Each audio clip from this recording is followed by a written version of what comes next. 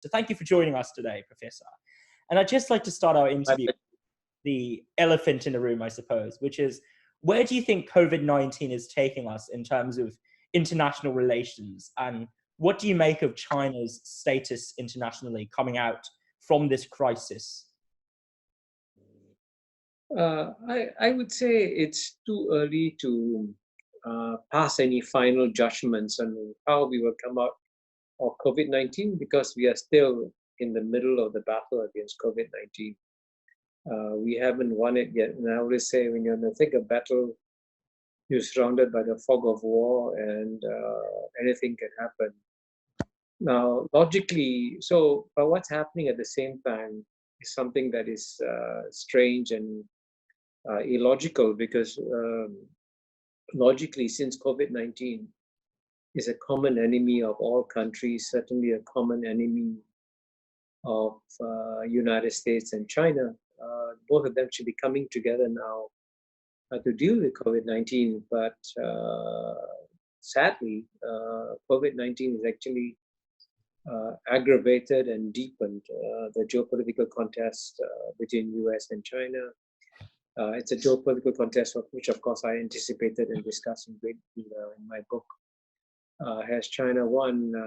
I would actually have been happier if my thesis had not been confirmed by COVID-19, but it has actually confirmed that there is a very deep rift between US and China. And so, in terms of where COVID-19 will leave US and China, I fear that at least until the November presidential elections, relations between US and China will progressively get worse and worse in the next 6 months or so. Do you think that deterioration is likely to persist even after the election results, even say hypothetically if Biden won? Because as we clearly see, he seems to be taking a trenchant turn towards hawkishness towards China, even though many say he's supposedly the more pro-China candidate. And it seems to be both a mixture of political strategy and in alignment with the backlash towards China in America right now. So what are your thoughts on post-November situation then? Well, one of the key points I make in my book is that President Trump has been attacked for just about everything he does by the Democrats.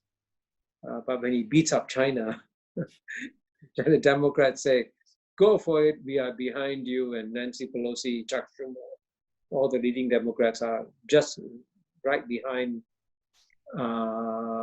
President Trump when he attacks China. So I think it would be a mistake for China to believe that things will improve dramatically when Joe Biden becomes president. Because I think this geopolitical contest is deeply rooted. It's a result of structural shifts of power between US and China, again, which I document in the book. But nonetheless, I expect that the tone and tenor of the relationship will improve a bit, because I think it's very unusual for American leaders to so openly insult China. That's something new, and I hope that these insults will stop, because George Kennan, when he formulated America's strategy against the Soviet Union, which was in some ways a much more hostile competitor for the United States, George Kennan said, "Please don't insult your adversaries, because you have to work with them at some point in time too." So I hope that the insulting of China will at least reduce or disappear if President Joe Biden becomes president.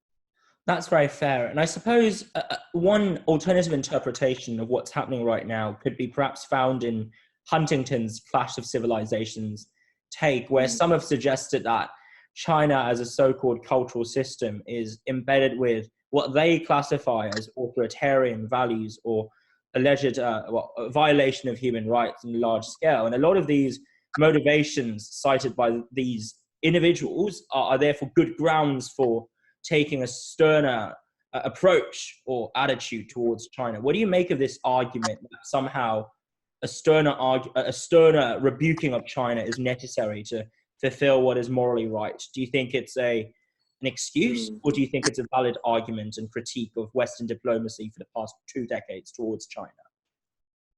Yeah, I mean, as you know, Samuel Huntington was attacked very strongly when he came out with his Clash of Civilizations article, and I actually wrote a response to that article in Foreign Affairs when it came out. But I think he put his finger on an important dimension, that there is discomfort between different civilizations. I think that's a key point he's making. But what I add to that is that the West keeps saying that their reactions to Chinese civilization or China are based on reason, that it's only because China is communist, China is repressing its people, that's why the West is taking a strong stand against China. But one truth, which I think no Westerner wants to confront, is that their reactions to China are also emotionally driven by something that's very deep and subconscious in the Western psyche, which is the fear of the yellow peril. It's been buried there in the Western psyche for centuries, since the Mongols invaded Europe. It surfaces from time to time, like the Chinese Racial Exclusion Act at the end of the 19th century in the United States. It surfaces in novels like Fu Manchu, where the yellow man is seen as a figure of evil. So I think it's important. The reason I raise all these things is that I want people in the West to really do some critical self-examination to see whether or not their reactions to China are driven by pure reason, or are they driven by emotion also. And the other critical point to emphasize here is that the Western mind, sadly, can only conceive of a mono-civilizational world where you have only one successful civilization. Now, China is re-emerging. It's perfectly natural. China and India were the two largest economies from the year 1 to the year 1800. So the return of China is something that's quite natural. The return of Chinese civilization as a strong civilization is quite natural. But all this means that the Western mind, which is used to a black and white view of the world, has now got to accept that we're going to enter a multi-civilizational world where there may be different perspectives and different points of view that are equally valid. But of course, it's easier, especially for the Western liberals, to adopt a tone of moral superiority and lecture and look down on China, rather than accept the reality that in some respects they may have to start looking up to China. And that, of course, is an idea that's utterly inconceivable to the Western liberals. And one paradoxical thing I learned about Western liberals is that the Western liberals are not very liberal in their thinking. And I actually want to link that to a discussion more broadly, or more specifically rather, about Asian values and sort of Western values, because as you know, sort of Lee Kuan Yew coined, or in many ways exemplified what he termed Asian values, and he critiqued the West for sort of monolithic adherence to this West-centric set of political values. I'm sympathetic towards that, and also what you said just there. But I guess my pushback here is there not a worry that when you typify certain values as either Asian or Western, Chinese or American, and characterize, say, certain values that seemingly apply to all human beings, so things like a pursuit of human rights, or some people suggest democracy, even though that could of course be questioned, that when you classify them as culturally centered and normative, you undermine the actual validity of them as a critique of regimes and administrations, regardless of where they're situated in a cultural spectrum. So my question there is, I suppose, do you think this relativism on a sort of first order normative level actually distracts us from or removes us from the possibility of cross-cultural critique that might well be oriented about certain sets of values that alien it to another civilization, but that critique could actually be fruitful? Well, let me say to you that since you're a young man, that the book on Asian values hasn't been written yet.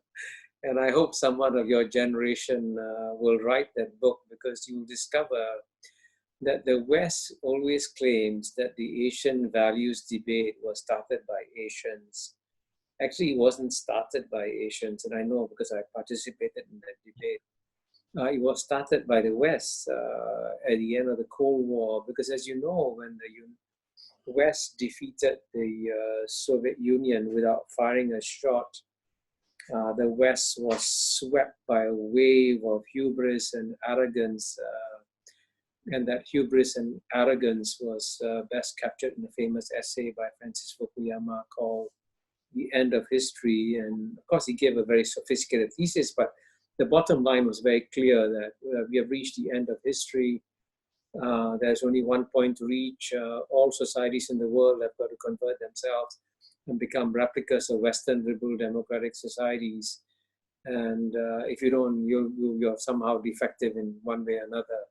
So our reaction at that point in time was that, excuse me, there may be other paths to success also. And certainly China has succeeded very well in the last 30 years, 40 years, without becoming a liberal democratic society, therefore demonstrating in practice that you don't have to become a liberal democratic society. But what's even worse is that the Western hubris and arrogance, which was captured in Francis Fukuyama's essay, sadly led to what I call brain damage to the West, because Francis Fukuyama's essay put the West to sleep at precisely the moment when China and India and the rest of Asia were growing up. So future historians, of course, will capture that there was this very strange coincidence of Western hubris and Western arrogance and Western condescension and Western blindness, precisely at a time when the Asian societies were coming back. And all I can say is that one thing I'm certain about is that when the Asian societies become strong, they will of course borrow many aspects of Western societies, but there are other aspects in which that they will not borrow from the West. And so, for example, for a society like China, it's far more important to have stability and order, because what they have learned over 4,000 years is that when the central government is weak, the people suffer, and frankly, the country suffers too. And when China was very weak, the British and French soldiers went to Beijing not to deliver democracy to the Chinese people, but they sacked the Summer Palace and destroyed art and treasures that are worth 1,000 Notre Dames. And the British and French have forgotten. This is what they did when China was weak. And just a thought on that, actually, because I completely agree with you that to create this dichotomy between so-called China and the West, in many ways, I feel is a bit disingenuous, because as you've perfectly pointed out, a lot of Western criticisms of China seem to be lumped together as a critique of its regime type, that it's not a democracy and therefore all of these problems manifest. But if we think deeper about it, it seems that between total full-blown authoritarianism that is kleptocratic and then total sort of participatory or direct democracy, clearly most regimes exist in a middle and in hybridized forms in some way or another. So I suppose in sort of not defending but re-articulating the Western critique of China, the broad and arrogant version is to say that China is not a democracy, ergo it is illegitimate. But I think a narrower conception or critique, which is that selective political liberalization, especially persisting with the local elections and reforms that China has been implementing over the past few decades, that might be a trend that's worth continuing to some extent, because as Daniel Bell argued, you should have more experimentation in the middle levels and more democratization in lower levels, and then still maintain a concentration of power, but that is more accountable to the people at the top in China, that nevertheless preserves the merits of stability.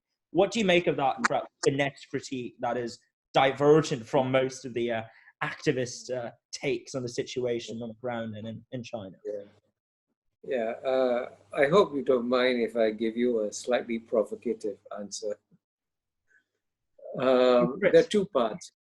Part one, why do people in the West, as you know, makes up 12% of the world's population. Europeans, you combine Western Europe, they're 2/5 maybe of China's population, right? Why does the West think that it has either the moral credibility or the political justification to pass judgment on what China is doing. Why does the West assume that it is in a position of moral superiority vis-a-vis China? Because, you know, when China was weak, the West wasn't exporting democracy to China. The West went trampling on China.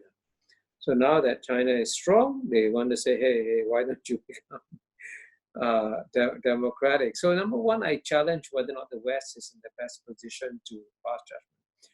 But the second part of my answer is that the best way that the West, especially the United States, can persuade China that democracy is better is not by giving speeches, but as several writers have said, American writers have said, we shall show it in our performance. And George Kennan emphasized, at the end of the day, we will win the argument on the basis of our domestic spiritual vitality.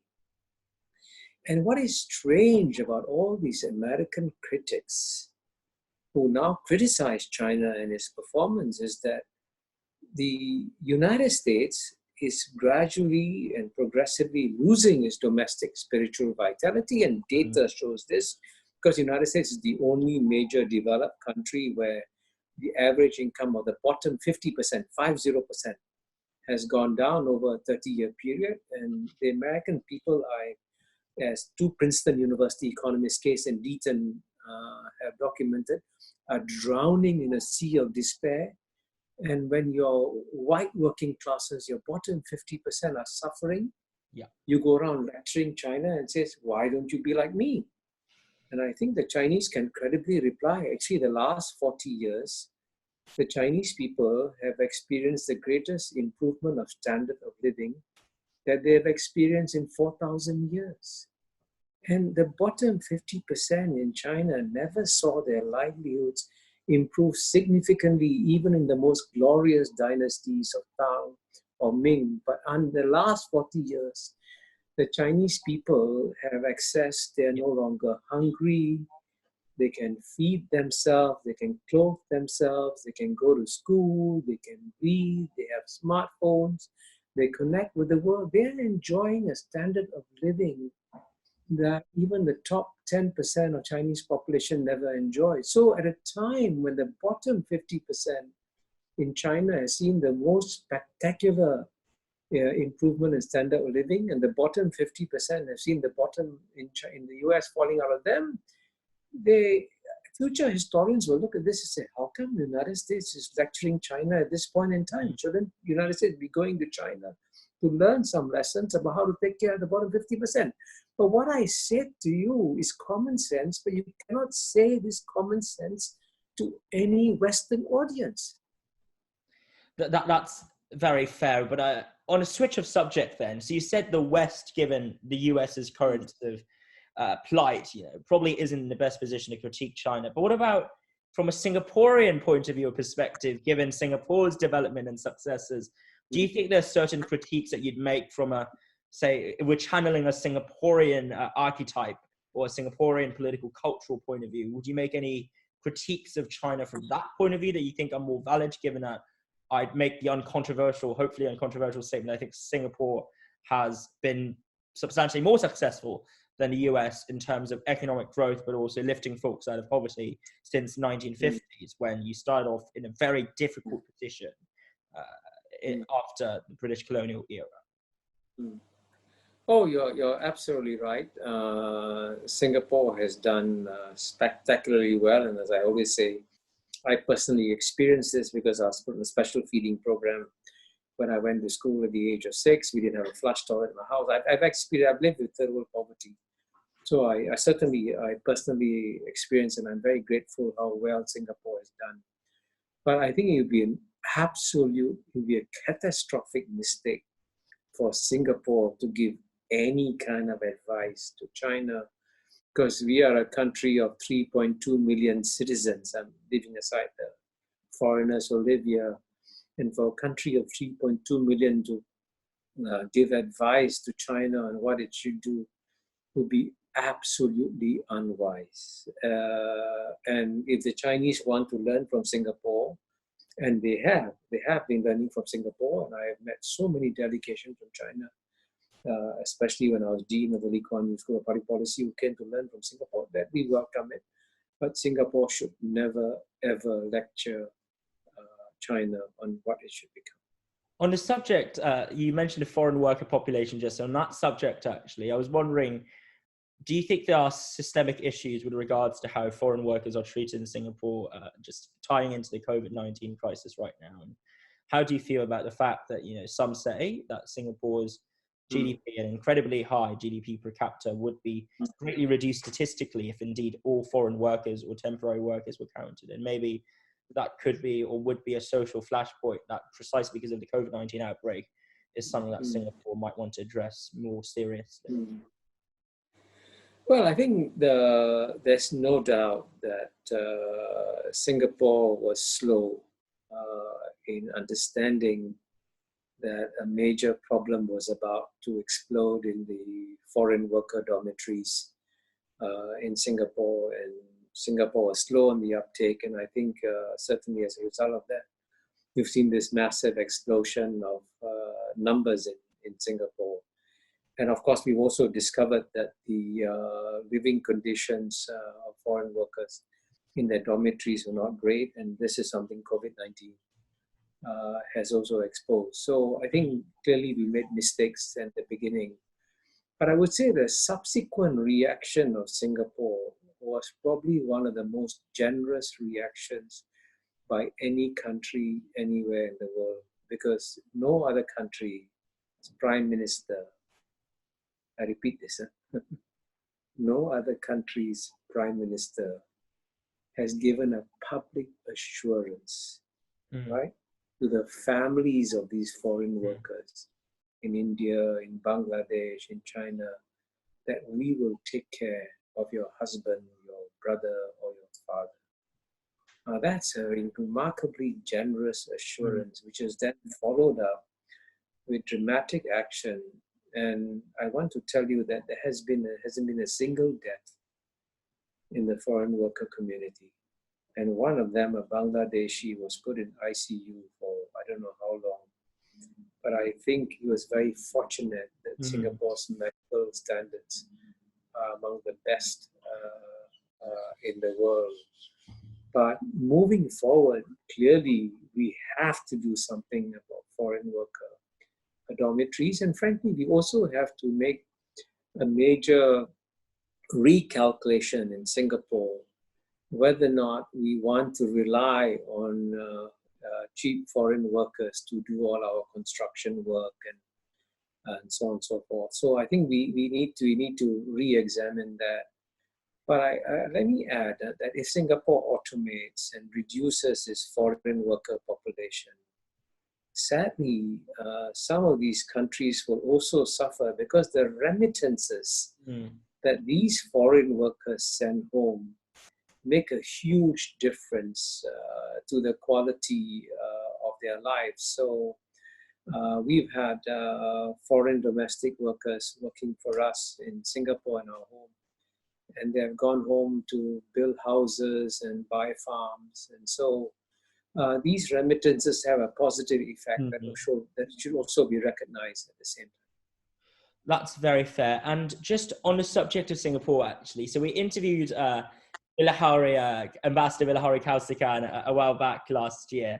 And I recall that you had a semi-argument with him where you argued that small states, Professor, must always behave like a small state. What did you really mean by this? And would you say that the reaction to it has probably been taking it out of the context of when it was spoken? Or would you stand by the thesis in that sense?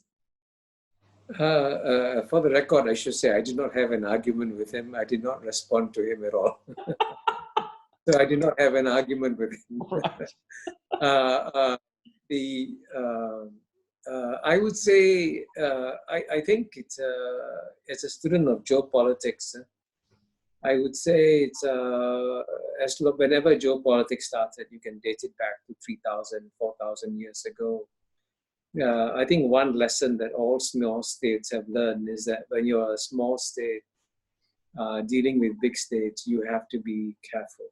And this is something, by the way, that I also learned when I worked with Singapore's founding fathers, Lee Kuan Yew, Goh Keng Swee, Rajaratnam, and it was a great privilege and honor to learn lots of things from them. And what I learned from them was a very deep sense of realism. But of course, this doesn't mean that you should either kowtow or be cowed when you have to defend your interests. And you must always vigorously defend your interests. Mm. And in fact, as ambassador of a small state at the UN, I can tell you that I set a record because I was the only elected member of the UN Security Council to challenge the American president of the UN Security Council publicly in the UN. Go back and find me another example of that in the history of the UN Security Council.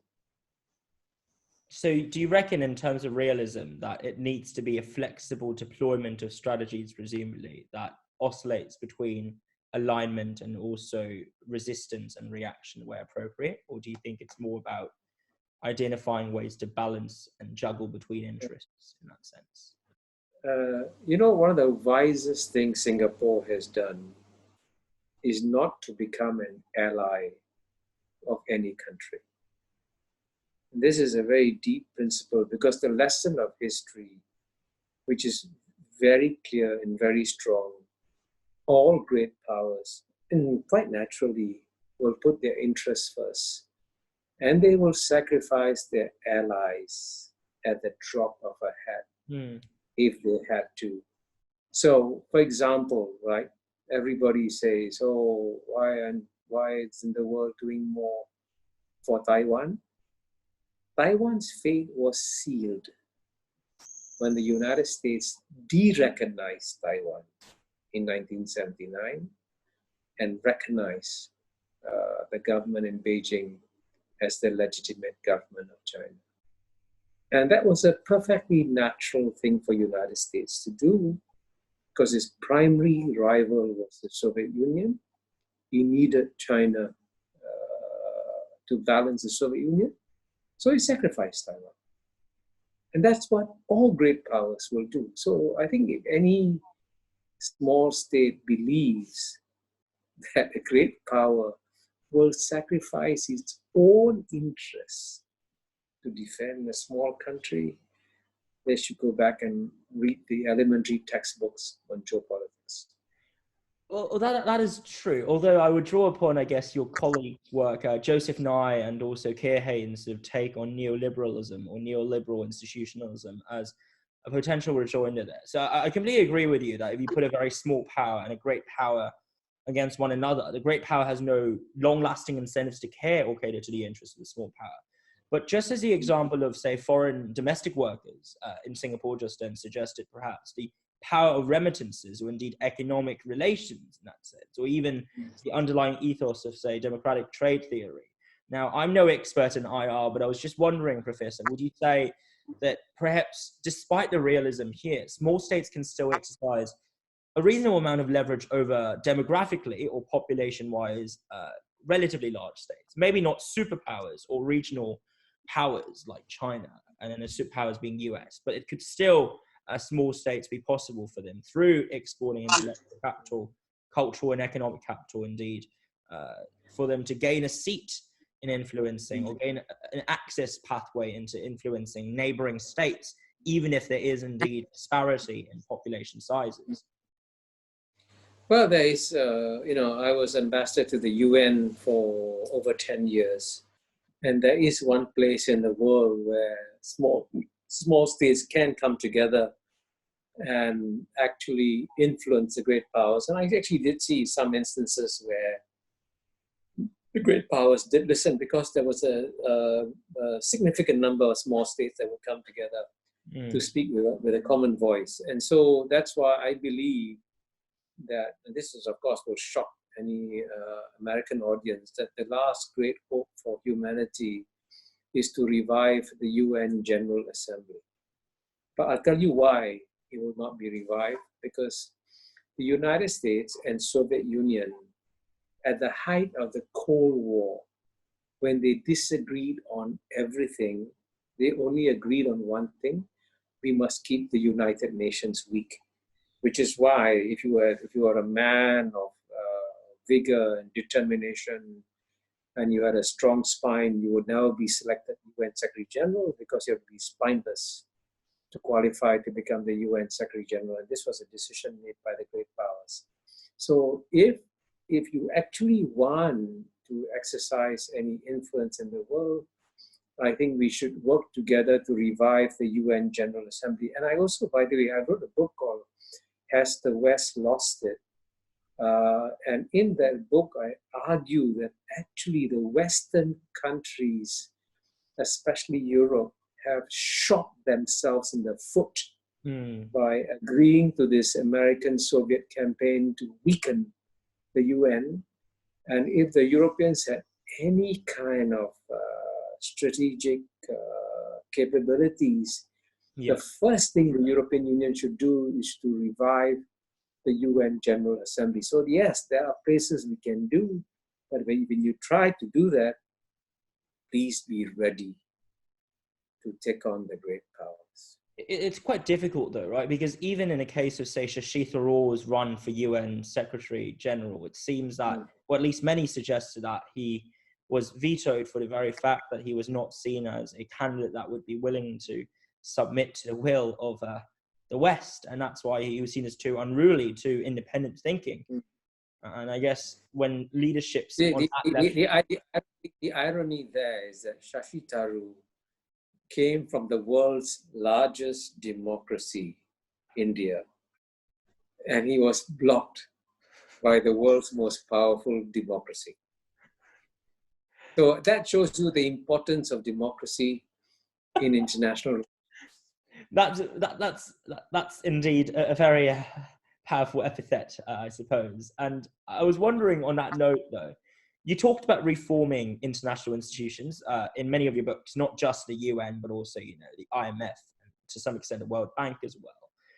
And we clearly see here, though, that any attempts to reform them would inevitably be met with pushbacks and resistance from maybe the West, maybe sometimes China, maybe a mixture of both of them, and then maybe sometimes the other parties of interest here.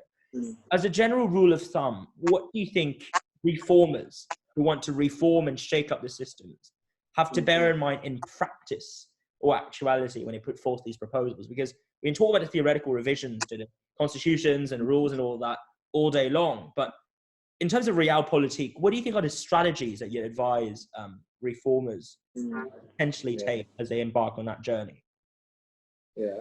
I'm pleased to inform you that I anticipated your question 7 years ago.